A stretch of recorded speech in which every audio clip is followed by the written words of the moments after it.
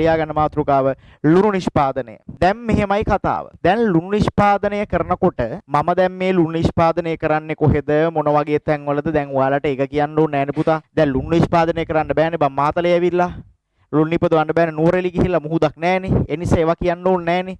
ඒවා ඔයාලා දන්නවා. ලුණු නිෂ්පාදනය කරන්නේ කොහෙද ඒවට ඕන සාධක මොනවද ඒ කතන්දර ඕනේ කෙලින්ම නිෂ්පාදනයට යනවා. පුතේ ඉස්සල්ලාම මේ ලුණු නිෂ්පාදන කියන ක්‍රියාවලියට තටාක තුනක් පාවිච්චි කරනවා. ලුණු නිෂ්පාදනය සඳහා තටාක තුනක් පාවිච්චි කරනවා.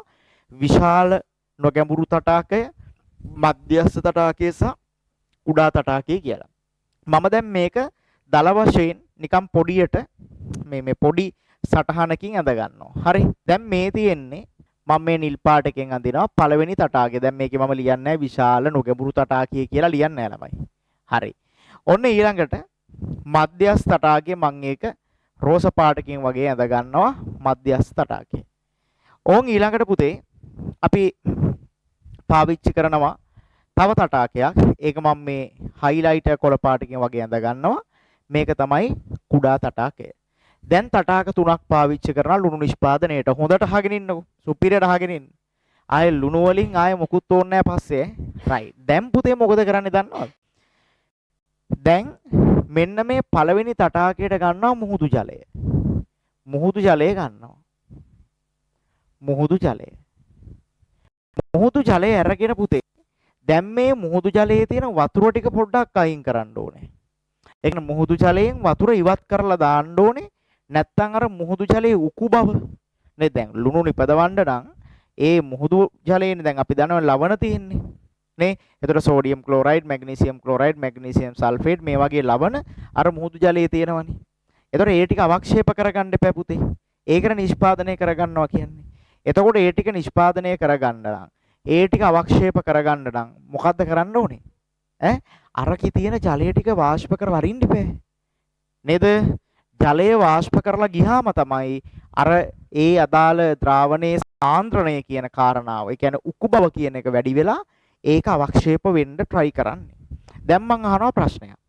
දැන් මෙතන දැන් මේ මුහුදු ජලයනේ තියෙන්නේ. පළවෙනි නොගැඹුරු තටාකේ තියෙන්නේ මුහුදු ජලයනේ. දැන් මෙන්න මෙයා සාමාන්‍ය තත්ත්වයට තමයි මෙයාගේ ජලය වාෂ්ප වෙන්නේ.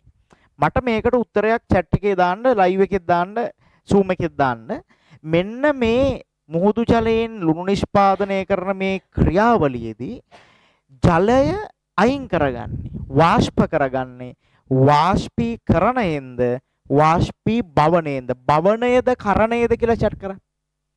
භවණයද කරණයද කියලා chat කරන්න. වාෂ්පීකරණයයි කරණයයි භවණයයි කියන එකට තේරුම් තියෙන දෙකක් පුතේ.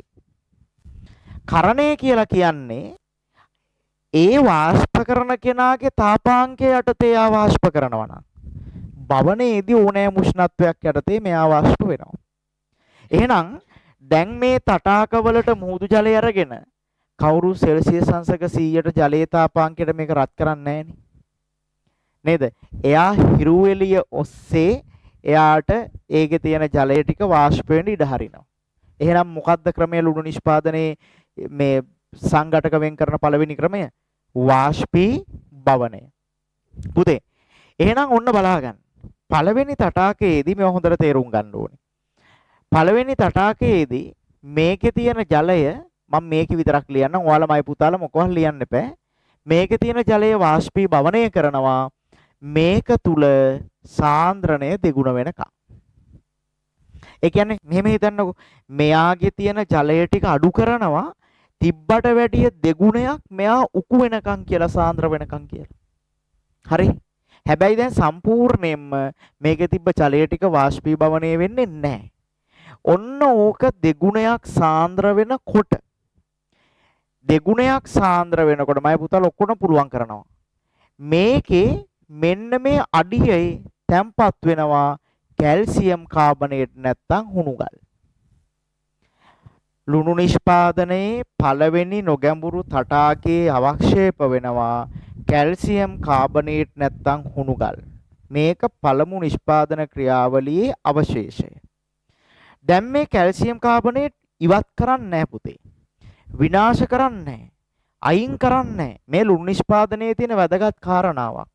මෙයාගේ හැදෙන අතුරු ඵල අන්තඵල හැම එකක්ම ලුණු නිෂ්පාදනයේදී වෙනත් කර්මාන්තයක් සඳහා යොදා ගන්නවා. දැන් මොකද දන්නවද කරන්නේ?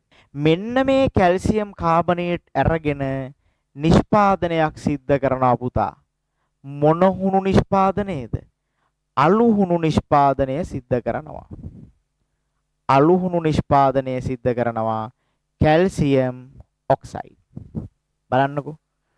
දැන් එහෙනම් ලුණු නිෂ්පාදනයේ පළවෙනි තටාකයේදී අලු හුණු නිෂ්පාදනය සිද්ධ කරනවා. දැන් මං කියවනේ පළවෙනි තැන ඔක්කොම වතුර ටික වාෂ්පීභවණය වෙන්නේ නැහනේ. මේකේ ඉතුරු වෙනවනේ පුතේ ජලය ටිකක්. අන්නේ ඉතුරු වෙන ජලය ටික මොකද වෙන්නේ පුතේ? දෙවනි තටාකයට ගන්නවා. ඔන්න පළවෙනි තටාකයෙන් ඉතිරි වෙන වතුර ටික ගන්නවා දෙවෙනි තටාකයට. ඉතිරි ජලය දෙවෙනි තටාකයට ගන්නවා. හරි. අරගෙන මේක තුල වාෂ්පීභවණය වෙන්න ඉඩ හරිනවා පළවෙනි තටාකයටත් වැඩිය වැඩිපුර 4 ගුණයක්. දැන් දෙවෙනි මධ්‍යස්ථ තටාකය තුල මේ වාෂ්පීභවන ක්‍රියාවලිය සිද්ධ වෙනකොට මේකෙත් අර පළවෙනි එකේ කැල්සියම් කාබනේට් අවක්ෂේප වුණා වගේ මේකෙත් අවක්ෂේපයක් තැම්පත් වෙනවා. මේකේ තැම්පත් වෙනවා පුතේ කැල්සියම් සල්ෆේට්. කැල්සියම් සල්ෆේට් තැම්පත් වෙනවා. ඔන්න ඔය කැල්සියම් සල්ෆේට් මොකද කරන්නේ? මෙයා ගන්නවා තවත් නිෂ්පාදන ක්‍රියාවලියකට. මේ කැල්සියම් සල්ෆේට් වලින් පුතේ දත් බෙහෙත් හදනවා. දත් බෙහෙත් කියන්නේ දන්තාලේප නිෂ්පාදනය කරනවා. ආයේ මේ කැල්සියම් කාබනේට් ගන්නවා පුතේ ජිප්සම් නිපදවන්න. මට කවුරු හරි කෙනෙක් මතක නම් කියන්න ජිප්සම් නිෂ්පාදනය කියන එක සිද්ධ වෙන්නේ මොන කර්මාන්තයේදීද? මොන කර්මාන්තයේදී පාවිච්චි කරන ද්‍රව්‍යයද ජිප්සම් කියලා මට චුටි චැට් එකක් දාන්න. ජිප්සම් නිෂ්පාදනය වෙන්නේ මොන කර්මාන්තයේදීද කියලා අහන්නේ. අන්න හරි. නියමයි හිරුෂ තිසුම්. උත්තරයක් දෙනවා. සිමෙන්ති යකෝ උත්තර හැන්නේ නුඹ මගෙන් ප්‍රශ්නයක් නෑ පුතේ. මම හිතුවේ මොන කර්මාන්තයේදීද? ඒතර උත්තරයක් නේ ඕනේ. සිමෙන්තිද කියලා අහනවා. සිමෙන්ති තමයි. හරි සිමෙන්ති. එතකොට මේ ජිප්සම් නිෂ්පාදනයේදී ජිප්සම් පාවිච්චි කරන්නේ සිමෙන්ති කර්මාන්තයට. හරි දැන් මොකද වෙන්නේ? දැන් මේකෙනුත් ඉතුරු වෙනවනේ ජලය. ආන්නේ ඉතිරි ජලය ගන්නවා තුන්වෙනි තටාකයට. දැන් එතකොට ඉතිරි ජලය ගන්නවා පුතේ තුන්වෙනි තටාකයට. තුන්වෙනි තටාකයට අරගෙන මේකෙත් මොකද කරන්නේ? ජලය වාෂ්පීභවණයට ලක් කරනවා. කී ගුණයක් සාන්ද්‍ර වෙන තෙක්ද? 10 ගුණයක් සාන්ද්‍ර වෙන තෙක්. දැන් බලන්නකෝ. පළවෙනි එකේදී 2 ගුණයක් සාන්ද්‍ර වෙනකම් වාෂ්පීභවණය කරා. දෙකේදී 4 ගුණයක් සාන්ද්‍ර වෙනකම් වාෂ්පීභවණය කරා. තුන්වෙනි තටාකයේදී අපි 10 ගුණයක් සාන්ද්‍ර වෙනකම් වාෂ්පීභවණය කරනවා.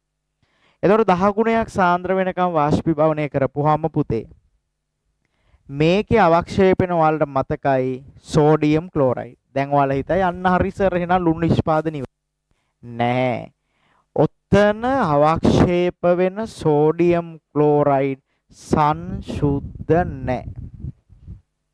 හරි සංසුද්ධ නැති හන්ද මොකද කරන්නේ? මෙන්න මේ සෝඩියම් ක්ලෝරයිඩ් ටික ගොඩ ගහනවා. මෙන්න මේ වගේ කඳු විදිහට ගොඩ ගහනවා. මතක ඇති ඔන්න දැන්. කඳු විදිහට ගොඩ ගහනවා. කඳු විදිහට ගොඩ ගහපුවාම මොකද වෙන්නේ? ටික වෙලාවක් යනකොට පුතේ ඔයාලට මතකයි දැන් මේ මම කියන්න හදන සීන් එක. මෙන්න මේ කඳු වලින් ගලාගෙන යන්න පටන් ගන්නවා ද්‍රාවණයක්. කොළ පාටට. බෝඩ් එකත් කොළ හන්ද ලොකුවට පේන්නේ නැති වෙයි. කොළ පාට ද්‍රාවණයක් ගලාගෙන යනවා. කොළ පාටයි. අන්නේ කොළ පාට ද්‍රාවණයට නම් කීපයක් කියනවා. ඔය ද්‍රාවණයේ තද කොළ පාටයි තිත්තයි. ආන්ගේ නම් දන්නවනම් මට chat එකක් දාන්න. ලුණු කඳු විදිහට ගොඩ ගහපුවාට පස්සේ ගලාගෙන යන මේ කොළ පාට ද්‍රාවණයේ නම දන්නවද? එලකිරි. කාරම් දියරය, මව් ද්‍රාවණය. හරි. නියමයි පුතේ. මේකට නම් කීපයක් කියනවනේ. මොනවද කියන්නේ? කාරම් දියරය කියලා කියනවා එකක්. ආයේ මේකට මව් ද්‍රාවණය කියලා කියනවා. ආයේ තව නමක් කියනවා මේකට බිටර්න් ද්‍රාවණය. මේ මෙන්න මේ කොළපාට ද්‍රාවණයට තමයි මේ නම් සෙට් එක කියන්නේ. මෙන්න මේ ද්‍රාවණය තුල අන්තර්ගතයි මැග්නීසියම් අඩංගු ලවණ, මැග්නීසියම් ක්ලෝරයිඩ්, මැග්නීසියම් සල්ෆේට් වගේ ලවණ අන්තර්ගතයි. දැන් මේ අවසාන තටාකයෙන් අයින් වෙන ද්‍රාවණයනේ. එතකොට ඒකේ තියෙනවා මැග්නීසියම් අන්තර්ගත ලවණ. මෙන්න මේ ලවණ වලින් අපිට පුළුවන් නිෂ්පාදන දෙකක් කරන්න. මොකද්ද නිෂ්පාදන දෙක? මැග්නීසියම් ලෝහය නිස්සාරණය කරගන්න පුළුවන්. ක්ලෝරීන් වායුව නිෂ්පාදනය කරගන්න පුළුවන්. දැන් බලන්නකො මේ කාරණාව. පළවෙනි ද්‍රාවණයේ අවක්ෂේපය වෙච්ච කැල්සියම් කාබනේට් විසිකරේන අලුහුණු හැදුවා. දෙවැනි එකේ අවක්ෂේප වෙච්ච කැල්සියම් සල්ෆේට් විසිකරේන දන්තාලේප සහ ජිප්සම් හැදුවා. තුන්වෙනි එකේ සැකසිච්ච බිටර්න් ද්‍රාවණයේ කාරම් දියරේ නැත්තම් මව් ද්‍රාවණයේ විසිකරේ නැහැ. මැග්නීසියම් ලෝහයයි ක්ලෝරින් වායුවයි හැදුවා. දැන් මේ කොළපාට අයින් වෙලා ගියාම මෙතන තියෙන ලුණු අපි සංශුද්ධ ලුණු විදිහට භාවිතයට ගන්නවා. අයඩීන් ටිකක් එහෙම එකතු කරලා. සාමාන්‍යයෙන් පුතේ අයඩීන් අන්තර්ගත වෙනවනේ අපි කණ්ඩ ගන්න ලුණු. ඒ කණ්ඩ ගන්න ලුණු හදන විදිහ දන්නවද? ලුණු මේකෙන් මේ ඉතුරු වෙන සංශුද්ධ ලුණු ග්‍රෑම් 1000කට, ග්‍රෑම් 1000ක් කියන්නේ කිලෝග්‍රෑම් එකකට එකතු කරන්නේ අයඩින් මිලිග්‍රෑම් එකක් විතර පොඩ්ඩයි. ඕම එකතු කරලා තමයි මේ අයඩින් සහිත ලුණු හදාගන්නේ. හරි. එහෙනම් ඔන්න ලුණු නිෂ්පාදනය ඔච්චරයි ඈ. දැන් මං කියවනේ මේ ඉන්න උන්ට අද නිෂ්පාදන දෙක පුළුවන් කරවනවා. එන්න කතාවට. මම හනහන ප්‍රශ්න වලට උත්තර දින යන්න හයියෙන් දැන් මේක chat කර ඉන්න බෑ. ඔයා ගෙදෙට්ට වෙලා හයියෙන් උත්තර දෙන්න. හරි. ලුණු නිෂ්පාදනයට ගන්නවා තටාක 3ක්. පළවෙනි නොගැඹුරු තටාකයේ, මධ්‍යස්ථ තටාකයේ, කුඩා තටාකයේ. පළවෙනි තටාකයට මුහුදු ජලය අරගෙන වාෂ්පී කියන තනිය කියන ගෙදර ඉඳන් වාෂ්පී භවණය කරනවා. වාෂ්පී භවණය කරනවා. කී ගුණයක් සාන්ද්‍ර වෙනකන්ද? කී ගුණයක් සාන්ද්‍ර වෙනකන්ද? දෙගුණයක් සාන්ද්‍ර වෙනකන්. අන්න එතකොට අවක්ෂේප වෙනවා පළවෙනි තටාකයේ යට. මොනවද පළවෙනි තටාකයේ යට අවක්ෂේප වෙන්නේ? Calcium carbonate. විසි කරනවද? නෑ. නිෂ්පාදනයකට ගන්නවා අලුහුණු නිෂ්පාදනය, කැල්සියම් ඔක්සයිඩ් නිෂ්පාදනයට ගන්නවා. හරිද? තාම ලුණු හැදුනේ නෑ. ඊළඟට මොකද කරන්නේ? ඉතිරි ද්‍රාවණය ගන්නවා දෙවෙනි තටාකයට. වාෂ්පීභවනය කරනවා 4 ගුණයක් වෙනකන්. අවක්ෂේප වෙනවා මොනවද? Calcium sulphate. විසි කරන්නේ කැල්සියම් සල්ෆේට් අවක්ෂේප වෙනවා. අන්නේ අවක්ෂේප වෙන කැල්සියම් සල්ෆේට් පාවිච්චි කරනවා මොකේටද? ජිප්සම් නිෂ්පාදනයේටයි, දන්තාලේප නිෂ්පාදනයේටයි. ජිප්සම් පාවිච්චි කරනවා මොකේටද? සිමෙන්ති කර්මාන්තයට. ඉතිරි ද්‍රාවණය ගන්නවා තුන්වෙනි තටාකයට. වාෂ්පීභවනය කරනවා සාන්ද්‍රණය 10 ගුණයක් වෙනකන්. අවක්ෂේප වෙනවා සෝඩියම් ක්ලෝරයිඩ්, සංශුද්ධ නැහැ. ඒව ගොඩ ගහනවා කඳු විදිහට ගලාගෙන යනවා ද්‍රාවණයක්. මොන පාටද? කොළ පාටයි. මොන රසයිද? තිත්ත රසයි. ඒ ද්‍රාවණයට නම් 3ක් කියනවා. කාරම් දියරය, බිටර්න් ද්‍රාවණය, මව් ද්‍රාවණය. ඒකේ තියෙනවා මැග්නීසියම් අන්තර්ගත ලවණ. ඒ වගේම මොන ලෝහය නිස්සාරණය කරනවද? මැග්නීසියම් ලෝහය. මොන වායුව හදනවද? ක්ලෝරින් වායුව. ලුණු නිෂ්පාදනය ඔච්චරයි.